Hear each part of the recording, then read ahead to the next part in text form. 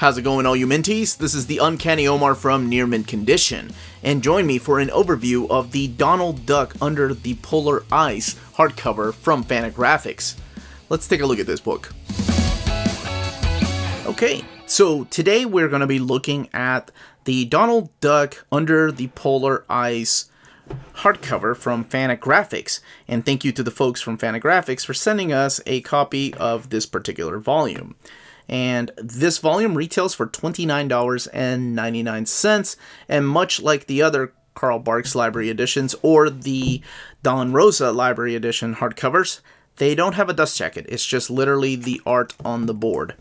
Now, this is considered to be, and over here on your left-hand side, by the way, I've done a comprehensive reading order of all the Duck books if you want to check it out from the Carl Barks Library editions.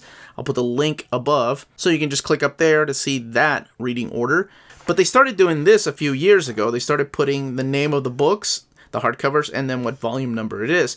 And this one here is volume 23.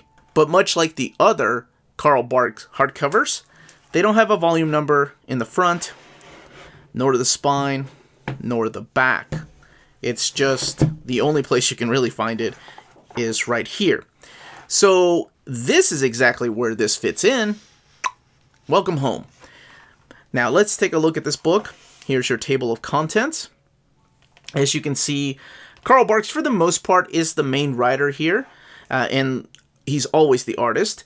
But sometimes they're different colorists. Sometimes the scripts are by unknown, because they really don't know when these stories, or who wrote these stories rather, because it was so long ago. As a matter of fact, these are from 1959 to 1960.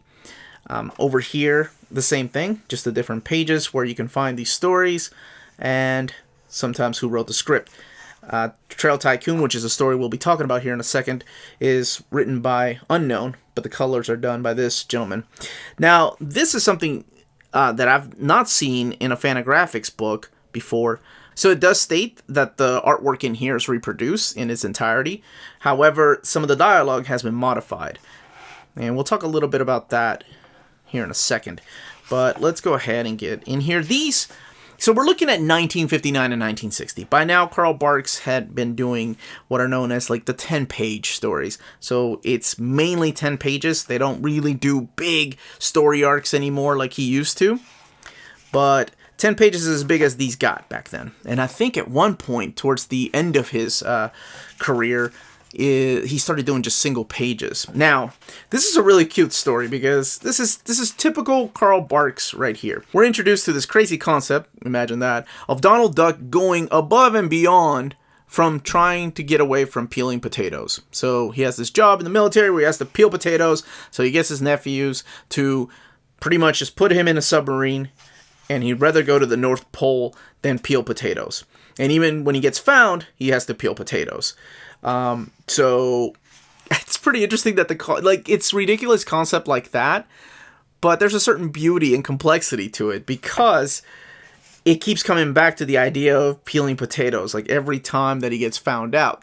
So, of course, up here in the North Pole, there's trouble that they're into, and then by the time that it gets to the end, he loves the idea of having the punishment of peeling potatoes because it reminds him of being back home and safe. And that is the complexity in many layers, like potato layers, I guess, of Donald Duck.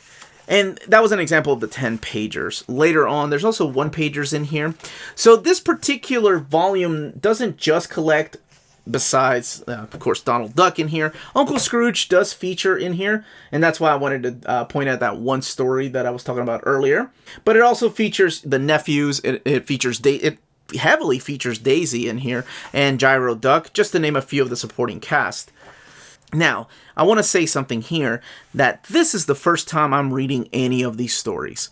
My Duck comics that I grew up with reading were all from Don Rosa, so I find it wonderful that years ago Fantagraphics decided to publish 2 books a year from the Carl Barks library. Now, there's no volumes. I think volume 1, 2, and 3 are still missing, so they're not done in chronological order. They release them however they see fit. So that's one thing to keep in mind. So a lot of these stories don't really affect me at all. However, I know there's been some complaints about people talking about how they've changed the script in this story because of political correctness. And that's why I was going to point out, where's the story? This story right here, Grandma Duck and Uncle Scrooge in Trail of Tycoon. By the way, this is adorable right here. This is Daisy's Dazed Days. This is a secret coded message that you have to solve and figure out what she's trying to say.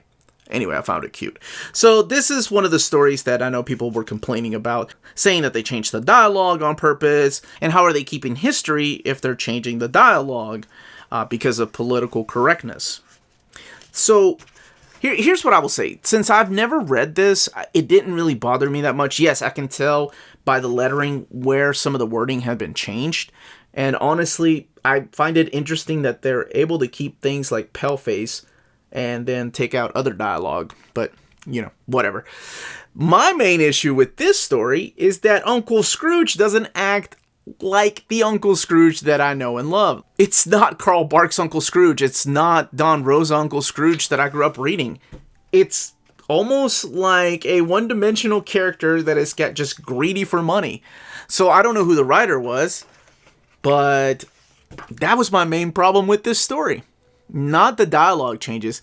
Honestly, I've seen that happen a lot. Not just with American comics that are older, but also with manga. Sometimes when publishers bring it over to America, they have to censor some things.